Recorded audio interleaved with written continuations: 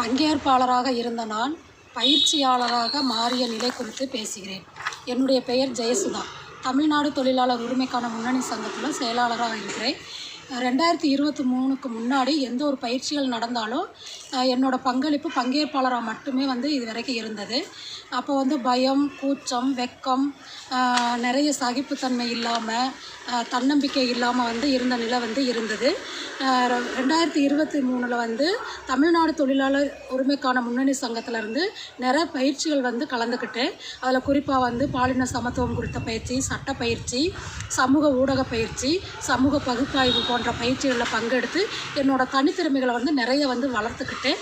இப்போது ஒரு பங்கேற்பாளராக இல்லாமல் எந்த ஒரு தலைப்புகள் கொடுத்தாலும் பயிற்சி எடுக்கக்கூடிய அளவுக்கு ஒரு பயிற்சியாளராக மாறி இருக்கிறத நான் பெரிய சாதனையாக நினைக்கிறேன்.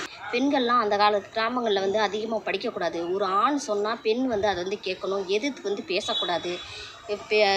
பெண் என்பவள் வீட்டு வேலை தான் செய்கிறது, அவளுடைய கடமையை பற்றியும் சின்ன வயசில் திருமணம் இந்த மாதிரிலாம் பண்ணி கொடுக்குறது அந்த காலத்தில் பெரியோர்கள் இந்த காலம் தொன்று தொட்டு இந்த மாதிரி நடந்துட்டு வந்துட்டுருக்கு. இந்த சூழ்நிலை தான் நானும் வாழ்ந்து வந்தேன்.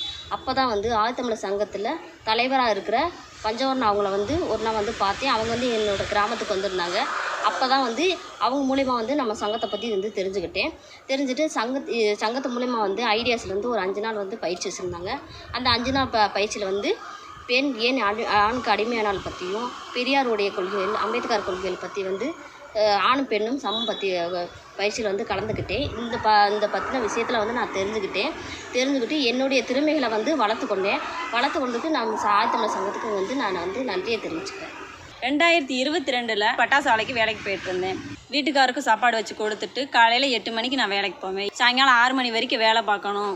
என்னடா வாழ்க்கை, தினம் காலையில் எழுந்திரிச்சி வேலைக்கு போகிறோம், மறுபடியும் வீட்டுக்கு வர சமைக்க, சாப்பிட, தூங்க, மிஷின் மாதிரி இருக்கும் வாழ்க்கை. மனசே திருப்தி இல்லாமல் இருந்துச்சு. இதற்கு இடைப்பட்ட காலத்தில் நான் செம்மலர் சங்கத்தில் உறுப்பினராக சேர்ந்தேன். மீட்டிங்கெல்லாம் வச்சுருந்தாங்க. மீட்டிங் வச்சுருந்தப்போ நான் வீட்டுக்கார்ட்ட சொன்னேன், இந்த மாதிரி மீட்டிங்கெல்லாம் போகிறேன் அப்படின்னு. நான் போயிட்டு வா அப்படின்னு சொல்லி சொன்னாங்க. முதல்ல கிளைச்சங்க மாத கூட்டம் வச்சுருந்தாங்க.